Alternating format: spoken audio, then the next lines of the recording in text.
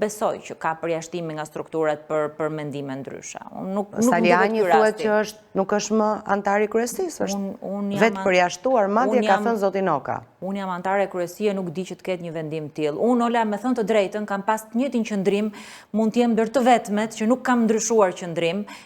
Kam qenë kundër përjashtimeve në 8 janar, kur ishte dita më e vështirë e Partisë Demokratike. Për 3 vite me radhë kam thënë që PD-ja duhet jetë bashkë, e them sot që PD-ja do jetë bashkë, dhe edhe në të ardhmen do kem po të njëjtin mendim. Kështu që në këtë linjë unë jam shumë konsistente. Si mendoni ju, si u mbyll ky vit për Partinë Demokratike? Dhe si do t'jetë Partia Demokratike në 2026? S'ka qenë vit i lehtë. Ka qenë një betejë elektorale shumë e vështirë. Personalisht për mua ka qenë një betejë komplet ndryshe nga ajo që unë jam mësuar gjithmonë që të bëj, po edhe për Partinë Demokratike. Të them të drejtën, ka pas një vështirësi shumë të madhe në terren, me një pjesë të madhe të punësuar në administrat, me shumë presione, dhe ky vit elektoral unë besoj që është një mësim i mirë, së pari për ofertën politike, por së dyti edhe për mënyrën se si ne duhet i drejtohemi qytetarëve, për fytyrën që duhet ketë Partia Demokratike.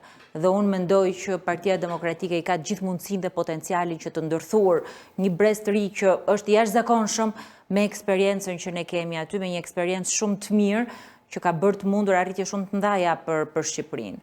Nuk ka qenë një vit i lehtë, po siç themi ne shpresojmë që të jetë viti i fundit i vështirë, jo për Partinë Demokratike, po për Shqipërinë e për shqiptarët. Kur e thoni këtë, keni parasysh që mund të arrini qëllimit tuaj final, rrëzimit qeverisë dhe organizimit të zgjedhjeve përmes një qeverie teknike? Tani ti pret që unë të them që do të rrëzojmë qeverinë për atë që më kritikove shpar, ne do bëjmë maksimumin që kjo qeveri të mos jetë më.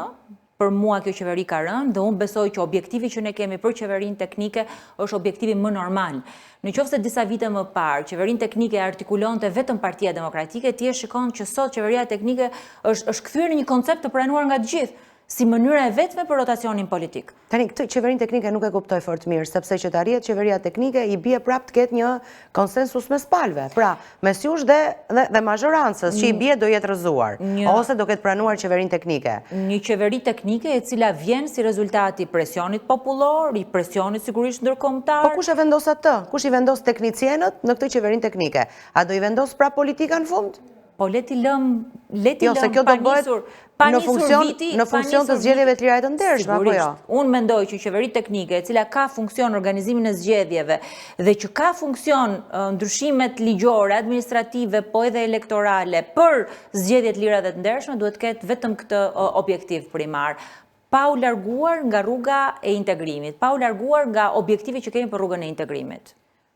Pyetja e fundit që kam, po kalon përtej Shqipërisë, edhe pse shumë kush e shikon të ndërlidhur me Shqipërinë, ngjarjen në Venezuelë. Si e komentoni?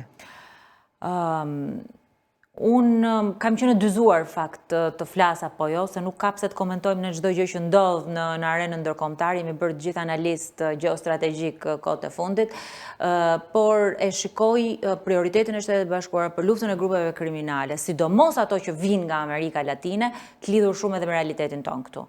E shikoj si një sinjal të asaj që ne duhet të ndryshojmë dhe e shoh edhe si një sinjal të faktit që ndoshta Shqipëria, Ballkani Perëndimor nuk kanë qenë në vëmendje të politikës jashtme të Shtetit Bashkuar të Amerikës, po si rezultati këtij dinamizmi të ri ne jemi në vëmendje.